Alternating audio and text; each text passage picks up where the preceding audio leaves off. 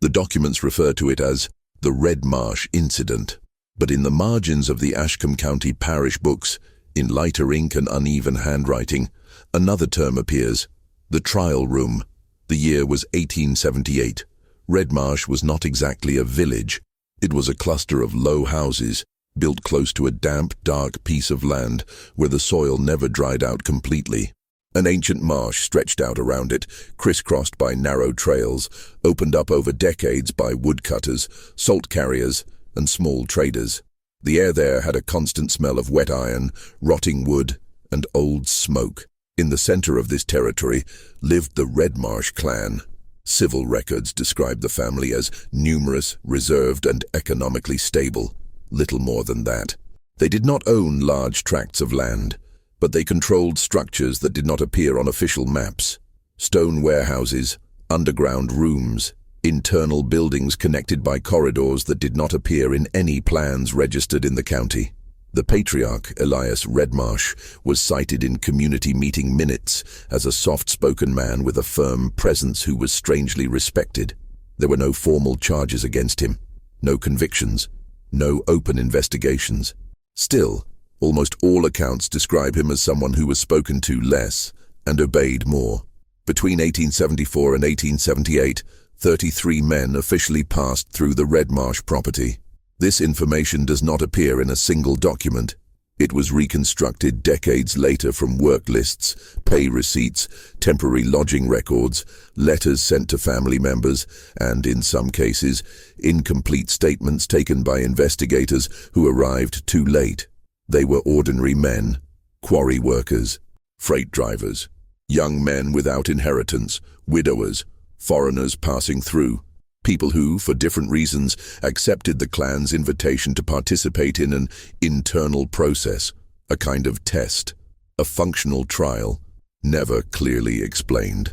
The Redmarsh family called it the trial room. It was not a court in the legal sense. There were no judges in robes, no public records. It was described as a space where men were evaluated. For what purpose exactly? No document clarifies precisely. The terms used vary: aptitude, endurance, trust, ability to remain silent. Access to that room was not visible from outside the property. According to incomplete plans found years later, there was a windowless stone building connected to an underground structure that led toward the marsh. Flashlights were taken. Ropes, sometimes. No weapons were recorded. The detail that stands out, and that appears repeatedly, is always the same. All the men entered voluntarily. There are no records of struggle. There are no written requests for help. There are no formal complaints made before the disappearances. Families report normal goodbyes. Some men promised to return the same day. Others wrote that they would stay a few nights at the Redmarsh property, doing work that would open doors. After that, silence. The lanterns they carried, all numbered, according to the clan's own inventory, were never recovered. None. Not broken, not abandoned, not found floating in the marsh canals. When, years later, a county clerk tried to cross-reference the dates these men entered with their departure records, he found something that made him stop working for 3 consecutive days. In all the notes related to access to the trial room, there was a blank space in the same field: time of return. No other location in the county showed this pattern, and it was precisely this absence, not a scream, not a body, not a confession, that made the Redmarsh clan impossible to ignore in the historical archives. Because men disappear, but empty records rarely happen by chance. What is most disconcerting, when reading the Redmarsh case carefully, is not the absence of bodies. It is the normality that precedes the void. The local newspapers of Ashcombe, between 1876 and early 1878, do not speak of fear. They talk about late harvests, prolonged rains, coal prices, and 2 epidemics of fever that swept through the lower houses like a bad wind. And in the middle of these pages, as if it were just another work note, indirect advertisements appear. Men needed for temporary service, payment in cash and currency, discretion valued. Never signed, but everyone knew where they came from. The Redmarsh property stood on a slight elevation, a kind of dry island surrounded by waterlogged land. From a distance, it was just a cluster of stone and darkened wood buildings with low roofs and chimneys that emitted an almost always faint smoke, as if the fire there were deliberately contained. An old orchard existed next door, not out of abundance but out of insistence. Trees that continued to bear fruit even when the rest of the county seemed tired. Those who worked for the Redmarsh family described a strict, almost monastic daily routine. The men woke up early, before any chapel bells rang. They ate in silence, thick bread, salted meat, dark tea, and received their tasks without discussion. It was not a place of shouting. It was not a place of visible violence. Above all, it was a place where one quickly learned not to ask questions. There was a foreman, mentioned in 3 testimonies, named Thomas Wren. He was not part of the family, but he acted as if he were. He recorded the comings and goings of supplies in a narrow, brown-covered notebook, which later disappeared from the county archives. What remained were partial copies made by a curious clerk, who noted a detail repeated in several lines. Lamps counted at sunrise, and lamps recounted at nightfall. This obsession with lanterns was not common anywhere else. At the end of 1877, the county began to receive outsiders more frequently. Some came from the northern road, fleeing debt. Others were young men who had lost work in nearby quarries. There were also those who arrived out of shame, men who, in letters kept by families, spoke of starting over and proving their worth. And this is where the story begins to take shape. One of the best documented names is that of Caleb Harker, 29, the son of a carpenter, described by his sister as too quiet for his age and stubborn when he had to choose a path. He was not adventurous. He was not the type to disappear on impulse. In January 1878, Caleb wrote a short letter to his mother, saying that he had found a job that pays better, and that it would not make sense to refuse. The letter has a passage underlined twice, according to his family. It's just a test, an internal trial. After that, they help with steady work. Other men wrote similar phrases. What exactly was that test? The county's oral tradition, recorded decades later by a local teacher, suggests that the Redmarsh clan maintained a kind of selection process for permanent employees in their underground structures. People who could endure confined spaces, long hours without direct light, and above all, people who knew how to keep secrets. But oral tradition is not proof, and the Redmarsh case, ironically, is full of gaps. What can be said based on consistent testimony is that daily life on the property involved a routine of preparation. The men were instructed to bring few things for the test day: a coat, an extra pair of socks, a small bag of food, and always invariably a flashlight. In some cases, the flashlight was provided by the clan itself, with a specific mark engraved on the metal, a simple crooked R, as if it had been pressed in haste. And there was another rule, too strange to be ignored. No man should take paper or pencil inside. This appears in 2 statements collected in 1892 when an informal commission revisited the case. A survivor from another job on the property, someone who never entered the trial room but worked in the surrounding area, said that they didn't like marks. The exact phrase transcribed is dry. They didn't like marks because marks stay.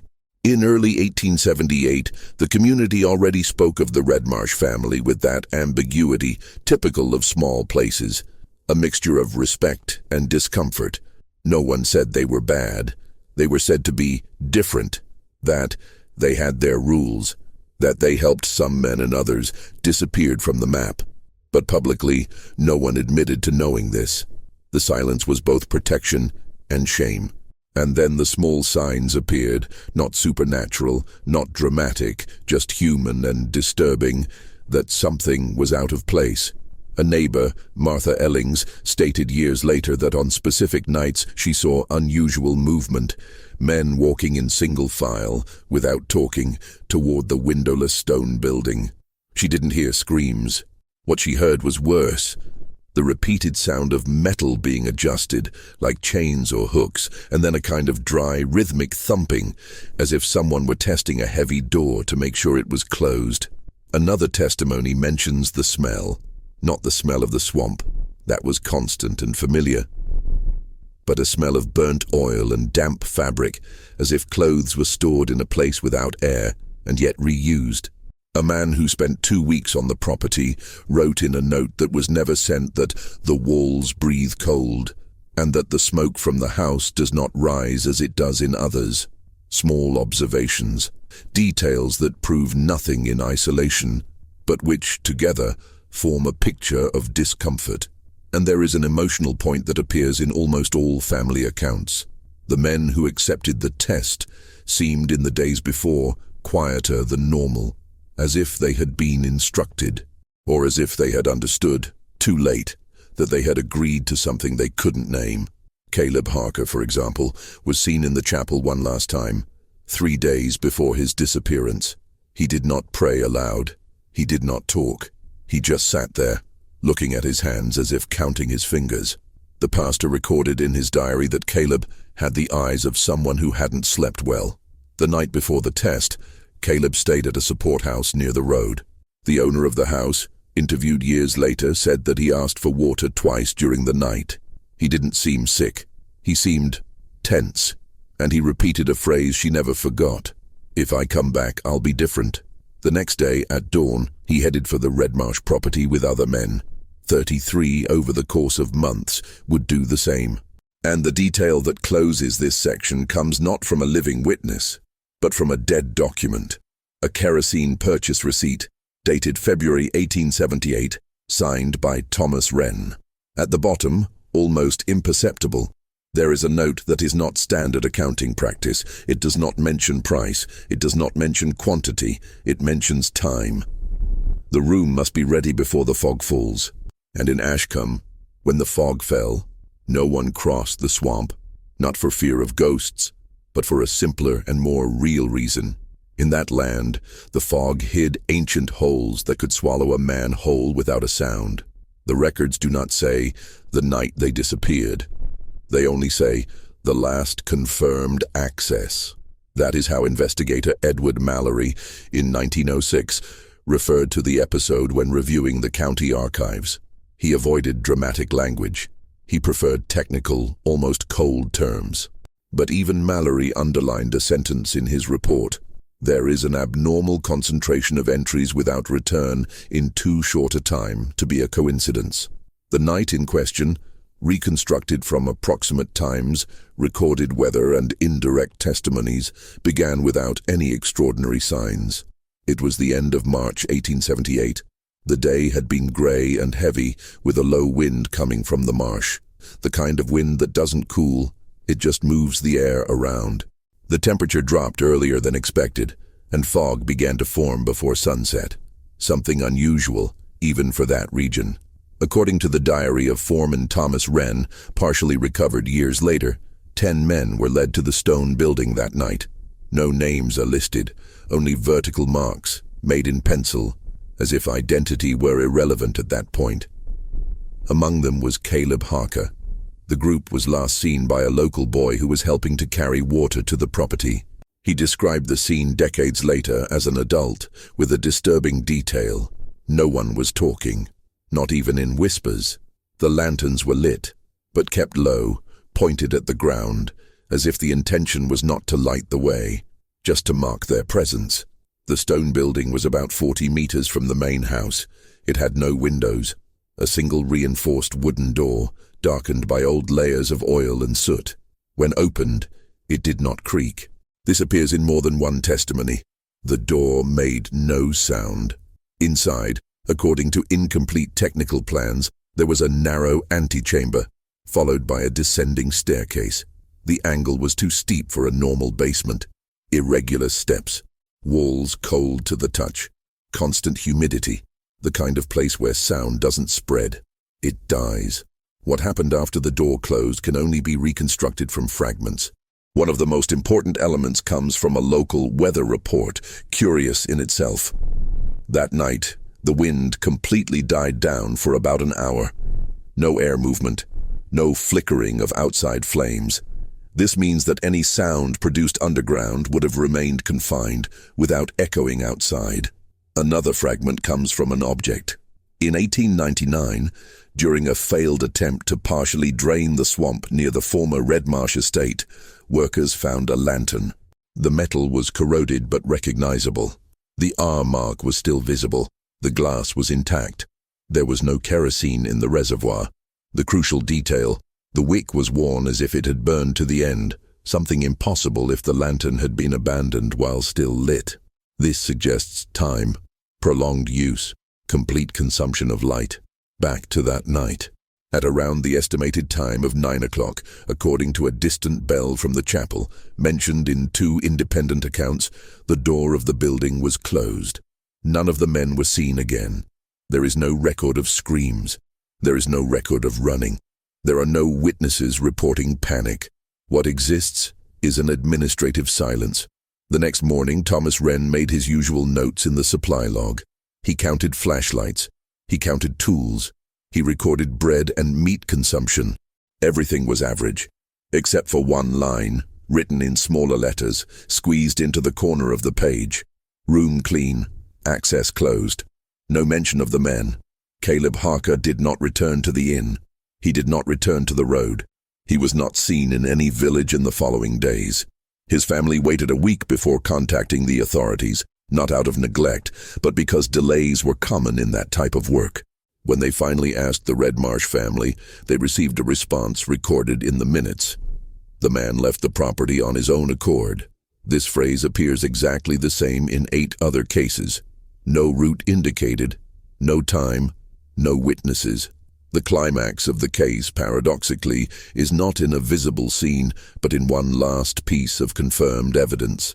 In April 1878, a postal worker found a letter lying near the road in the marsh. The envelope was damp but unopened, addressed to Caleb Harker's mother. Never sent, never sealed. The content is short, shaky, irregular writing, as if the author had difficulty keeping his hand steady. We are waiting. The light does not reach the bottom. They said it is part of the process. If I come out, I will explain. If I don't come out, say I tried. The letter has no date, no signature, but the handwriting was recognized without a doubt. This is the last concrete evidence linked to any of the men. After that, the records enter an opaque zone. The Redmarsh property continued to operate for a few more months. No new documented tests, no official entry of outside workers. And then, slowly, as happens with places that know how to wait, the clan began to disappear from the papers. Not in one night, not in one fire, but in small administrative absences. The swamp advanced. The trails disappeared. The room was sealed. And 33 men, with names, stories, and lit lanterns, became just vertical marks in a notebook that no one else could find. What came next was not panic. It was something slower, and for that very reason, more disturbing. For weeks, the Ashcombe community tried to act as if nothing had happened. This behavior appears repeatedly in similar historical cases. When there is no body, when there is no scream, when there is no exact moment to point the finger, silence becomes a form of collective self-preservation. The first families to approach the authorities were met with caution. The local sheriff, Henry Coles, opened voluntary absence records, not out of conviction but for lack of an alternative. With no signs of violence, no direct witnesses, and the Redmarsh clan's word recorded in the minutes, any formal accusation became fragile. Still, something changed. The local market began to avoid dealing with the Redmarsh family. The orchard was no longer visited. The road that cut through the marsh began to be bypassed, even at the risk of delay.